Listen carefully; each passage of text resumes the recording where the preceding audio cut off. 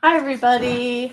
This is Dr. Amy Chai, and I'm just going to have a little talk today about taxes in Connecticut and the economy of Connecticut and some of the problems that I see. And I kind of wonder what you think about them. I'm going to be running in Connecticut's 3rd District for US Congress against Rosa DeLauro. And I'm very in tune with some of the issues that are going on in Connecticut. And I would like to get your feedback because as a representative, if I'm elected, I will certainly be interested in finding out your opinion and your viewpoint so that I can represent you. So I'm going to tell you a little bit about myself and what I think about Connecticut's tax structure, Connecticut's economy, and what problems that I have with it. Okay. So, as many people know, I am self-employed.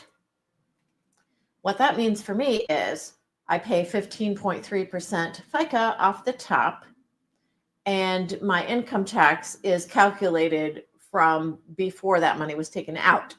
So I get a disproportionate hit of taxes because I'm self-employed. I also don't have 401ks, don't have benefits, don't have paid time off. And I know that I'm not alone. I know that there's a lot of people just like me trying to make ends meet in Connecticut. My husband and I paid off our mortgage on our home, and we've seen the value of the home go up. We've seen the assessments go up a couple of times. And we've seen our property taxes go through the roof. As we're thinking about planning for retirement, we wonder, can we keep our house? Can we live in Connecticut? And these are heartbreaking questions. I buried my brother here in Connecticut. I buried my mother here in Connecticut. I have a plot for my father. He's going to be 94. It's heartbreaking to think that I might not be able to retire or have a house in Connecticut. Our property taxes are prohibitively expensive and getting higher every day. And I know that I'm not alone. I'm not alone in this. It's crazy. I've had patients who've worked for the state who've retired that are much younger than me, and they're retiring at like 55. They have 25 years of service. And what are they doing? They're going down to Florida and retiring. They're not even living here. They want to go to a low tax state to spend the retirement package that I can't retire because I'm paying for. I'm literally paying for their early retirement. And what that means to me is I can't retire. I don't know if you can understand that, but this cuts to the heart of fairness.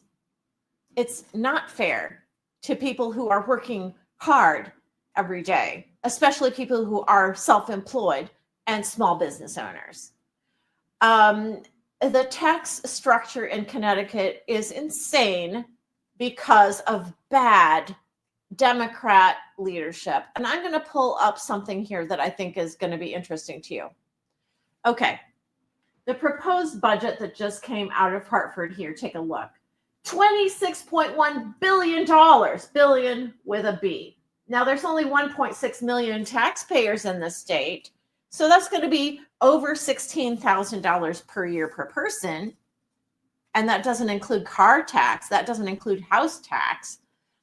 Clearly we're not paying for this. I mean, we have business taxes. We have all sorts of other taxes. We have corporate taxes, and we have the bottle tax. We have so many taxes. Everything is taxed. I can't even buy my Diet Coke without paying, a few dollars in bottle tax. So all of those taxes together is going to hopefully come up to $26 billion, and hopefully we won't be running a deficit. I'm not sure how that's going to work out.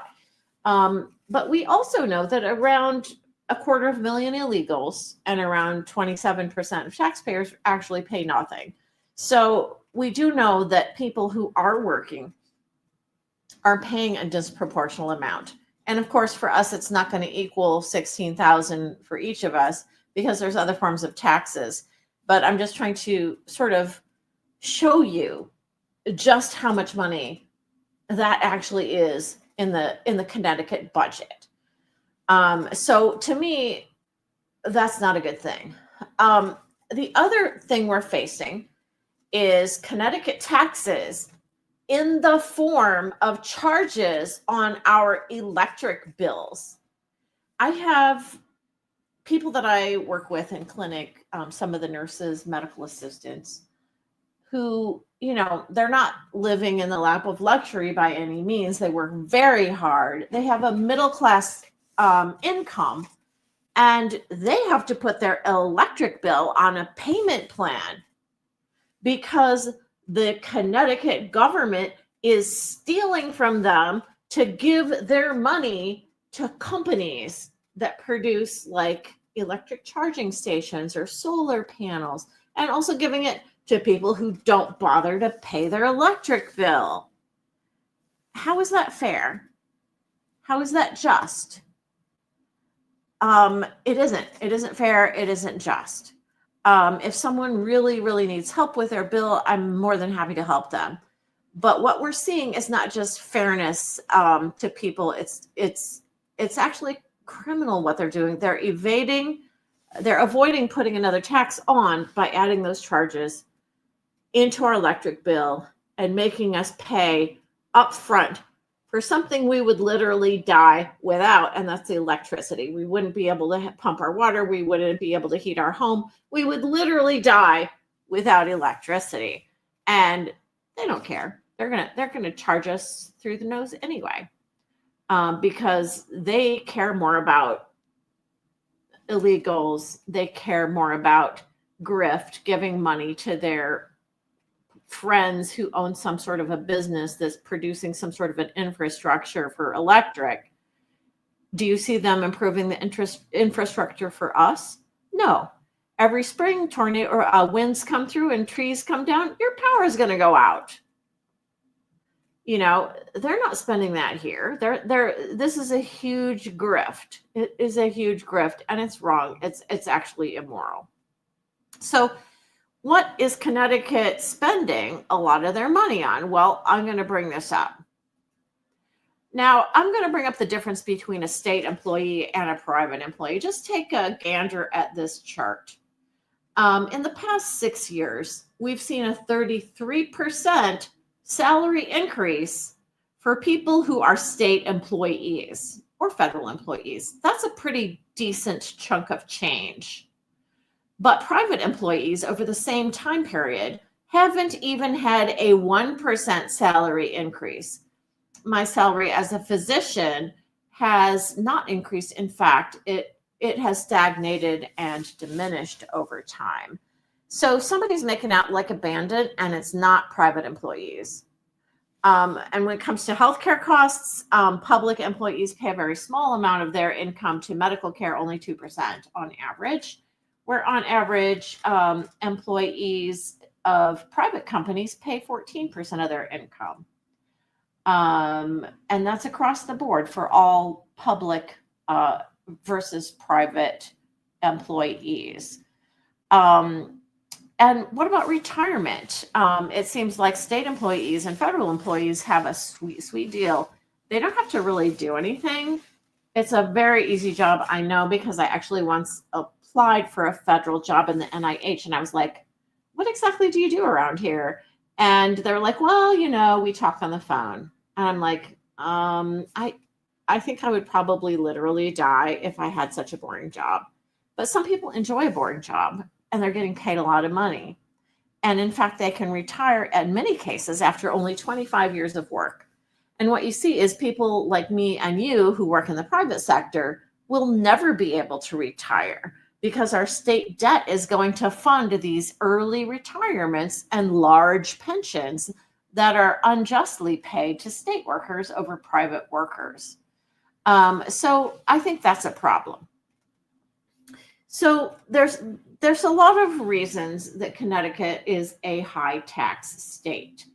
And many of those reasons are that they're ripping off people who are the little guy, the person who has a small business, the person who is self employed, the person who works for a private company is getting ripped off in order to pay for programs that go for state employees and that go for early retirements, large pension packages, all sorts of benefits that we don't get, illegal aliens, whatever it is. It almost seems as though they kind of like hate us or something. It's like, what about us?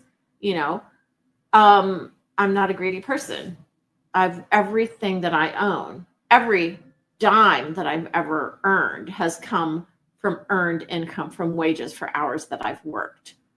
I don't have like wealth coming in from like financial investments. Everything I have is from work. And I know that a lot of people are like me. They've worked very hard and they've earned, an hourly wage for their whole life. And they're wondering, hey, can I ever retire? I would really love to retire someday. But you know what? You can't. You can't retire because they'll take away your property because your property tax is so high that you can't pay it off of Social Security. You have to supplement that income with work. That's not right. That's not fair. That's not equitable. When you're being used as some sort of a slave for the government, it's totally back assward. The government is supposed to work for us. I'm not supposed to be working for the government. And that's one of the things that I bring in to the picture. I bring in experience as a self-employed individual, and I bring in fairness. I bring in transparency, and I bring in common sense. I would like for people to be able to retire in the home that they've bought and paid for with years of hard work. But right now in Connecticut, that doesn't look like it's very hopeful or very possible even. But I would like for that to change. And if you feel the same way, you may be interested in voting for me, Amy Chai, and because that's how I think, that's what I believe in, and that's what I'm going to try to support long term. So thanks for watching.